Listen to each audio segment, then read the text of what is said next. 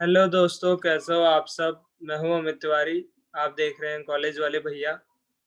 तो आज हम बात करने वाले हैं कि हम कैसे a raise to the power b निकाल सकते हैं। A raise to the power हमें बी निकालना है, तो हम कैसे निकाल सकते हैं।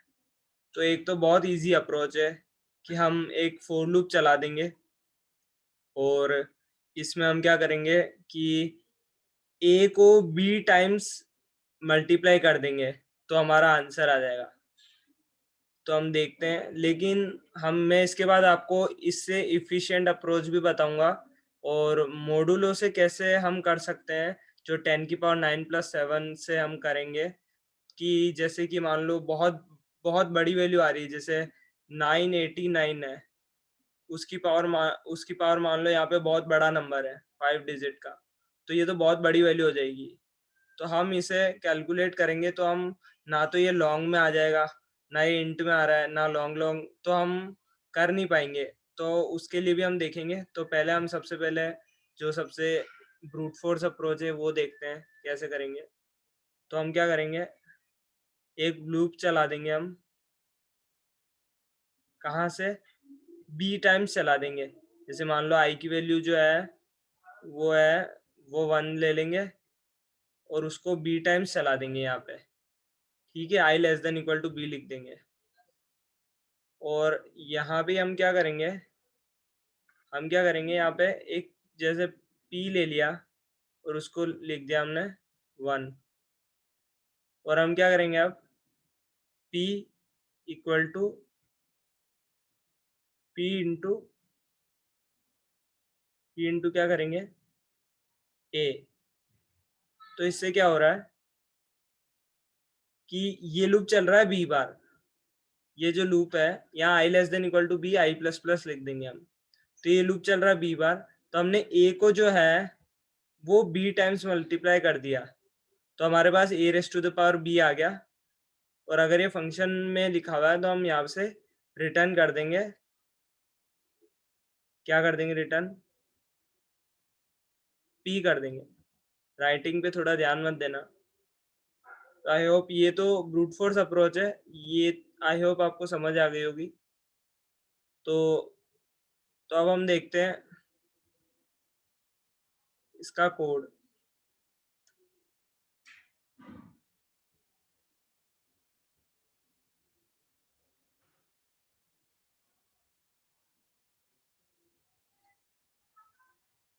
तो ये आप देखिए, मैंने हेडर फाइल यहाँ पे लिख दी, यूजिंग नेम स्पेस std। और ये इंट मेन है। मेन फंक्शन में हमने क्या किया है, एक ए वेरिएबल ले लिया और एक बी वेरिएबल। जैसे ए में है 2 और बी में है 3, तो हम क्या कर रहे हैं, एक पाव फंक्शन कॉल कर रहे हैं और इसमें हम ए और बी पास कर रहे हैं और ये कुछ रिटर्न करेगा और उसे हम प्रिंट करा रहे हैं। तो हम क्या करते हैं, देखते हैं ऊपर क्या है, पाव की डेफिनेशन क्या है।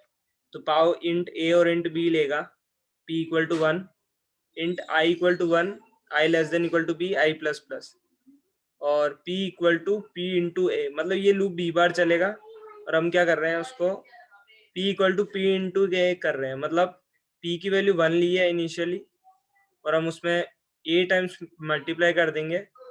जो मतलब a को मल्टीप्लाई करते जा रहे हैं हम b बार और हम p को रिटर्न कर देंगे। तो इससे क्या होगा, हमारा आउटपुट आ जाएगा। तो ये था फर्स्ट अप्रोच। ये लेकिन इसकी टाइम कॉम्प्लेक्सिटी क्या होगी अगर आप सोचे तो, इसकी टाइम कॉम्प्लेक्सिटी होगी ऑफ बी। ये देखिए आंसर भी आ गया 8। 2 रेस टू द पावर 3 कितना होगा, 8। तो ये तो बहुत ब्रूट फोर्स अप्रोच था। तो इसकी टाइम कॉम्प्लेक्सिटी क्या हो जाएगी, बी, ऑफ बी, क्योंकि हम लूप कितनी बार चला रहे हैं, बी बार। ठीक है। तो अब हम देखते हैं दूसरा अप्रोच, सेकंड अप्रोच, जो कि क्या बोलती है। अब हम देखते हैं सेकंड अप्रोच।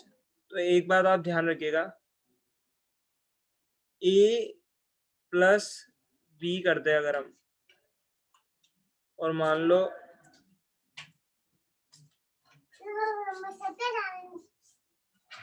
अब अगर हम ए प्लस बी मॉड एन करते हैं तो क्या होगा,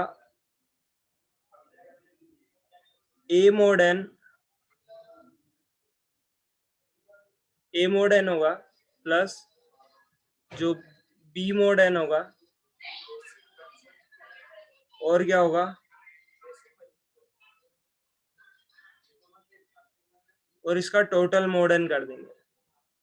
तो मैं क्या कहना चाह रहा हूँ, जैसे अगर मैं लिखूं A mod A plus B, हम क्या कर रहे हैं, ए प्लस बी जो है उसका मोड कर रहे हैं हम एन के साथ, तो ये इक्वल हो जाएगा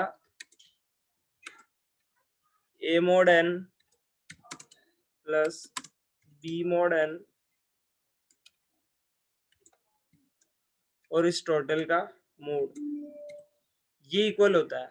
अब यही सारे, मतलब आप यहाँ पे प्लस की जगह मल्टीप्लाई भी ले सकते हैं, माइनस भी ले सकते हैं, डिवाइड नहीं ले सकते, लेकिन प्लस माइनस मल्टीप्लाई आप ले सकते हैं। तो ये प्रॉपर्टी आप याद रखिएगा, इसको हम यूज करने वाले हैं। तो अब हम देखते हैं कि कैसे करेंगे। तो उसके लिए हम एक चीज देखते हैं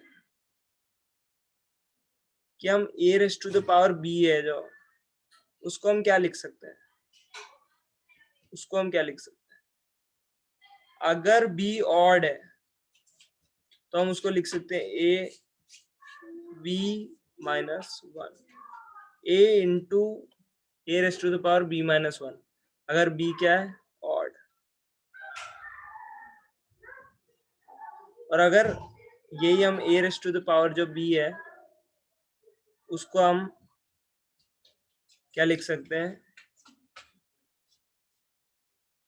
ए स्क्वायर की पावर बी बाई टू।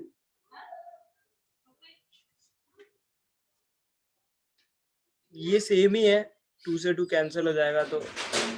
और तो ये दो बात आपको ध्यान रखनी है। तो हम इससे सॉल्व करेंगे a raise to the power b को ए इंटू ए की पावर बी माइनस वन, अगर बी ऑड है, और ये का वो लिखेंगे बी इवन है, इवन ईवी है ना। तो अब हम देखते हैं इसका कोड कैसे हो सकता है, कोड देखते हैं हम।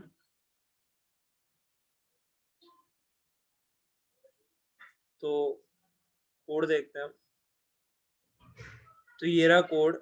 हमने सबसे पहले यहाँ पे इंट मेन में अगर देखें तो ए और बी लिया है, और हमने क्या किया है, यहाँ पे ये फंक्शन कॉल कराया और इससे जो वैल्यू आएगी हमने प्रिंट करी है। तो सबसे पहले हमने जो है, ध्यान रखिएगा इसमें हम मॉडुलस का चेक करेंगे। इसमें लॉन्ग लॉन्ग ए और लॉन्ग लॉन्ग बी, इन दोनों को भी हम लॉन्ग लॉन्ग लेंगे। तो हमने लॉन्ग लॉन्ग आंसर एक वेरिएबल बना लिया, उसमें 1 रख दिया। कॉम्पिटिटिव प्रोग्रामिंग में भी ये क्वेश्चन काफ़ी बार पूछ लिया जाता है, मतलब कहीं ना कहीं यूज़ हो जाता है। तो हम मॉड किसके साथ कर रहे हैं, ये क्या है, 10 की पावर 9 प्लस 7। ये जो है इंटीजर में, मतलब अगर इंटीजर की रेंज अगर आप देखें तो सबसे बड़ा प्राइम नंबर है, तो हम उससे मॉड लेंगे। तो long long A raise to the power B हम कैलकुलेट कर रहे हैं। तो हम कब तक करेंगे ये प्रोसेस, जब तक बी ग्रेटर देन 0 है। जैसे ही हमारा बी 0 होगा तो हम लूप को एंड कर देंगे और आंसर रिटर्न कर देंगे। तो अब इस लूप में क्या हो रहा है वो देखते हैं। तो सबसे पहले हम चेक कर रहे हैं कि क्या बी ऑड है, क्या बी ऑड है। आप यहाँ ये भी लिख सकते थे B modulus 2 not equal to 0, तो भी ये सही था। लेकिन जो मॉडुलस ऑपरेटर है वो टाइम लेता है ज़्यादा, और जो ये बिटवाइज एंड है ये कम टाइम लेता है। तो उससे क्या होगा, अच्छी बात है। तो हम एंड यूज करेंगे यहाँ पे एम्परसेंड। तो B ampersand 1 not equal to 0 है। ये क्या करता है, जो बी का जो सबसे, मतलब अगर एक इवन नंबर है तो उसका जो लीस्ट सिग्निफिकेंट बिट होगा इवन नंबर का 0 होगा, और ऑड नंबर का जो लीस्ट सिग्निफिकेंट बिट है वो 1 होता है। तो क्या ये क्या करता है, जो लीस्ट सिग्निफिकेंट बिट है उससे एंड कर देगा। तो अगर 1 है, 1 एंड 1 क्या हो जाएगा, 1।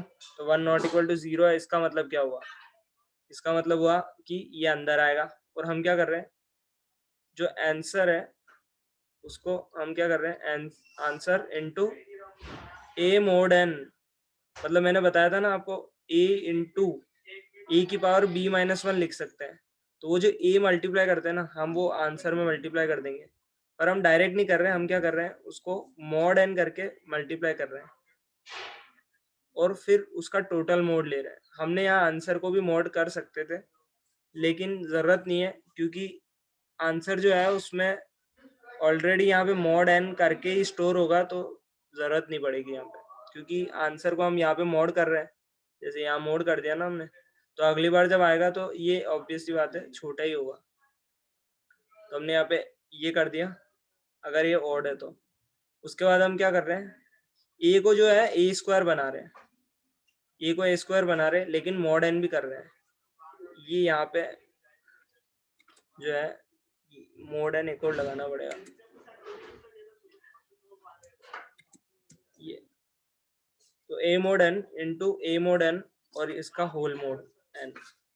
और फिर हम क्या कर रहे हैं, बी को जो है हाफ कर रहे हैं, और बी को हम अगर आप चाहें तो B equal to B divide by 2 भी लिख सकते थे, यहाँ पे बी डिवाइड बाई 2 भी लिख सकते थे, लेकिन जो ये राइट शिफ्ट ऑपरेटर है वो ज़्यादा फास्ट होता है, तो हम उसका यूज़ करेंगे।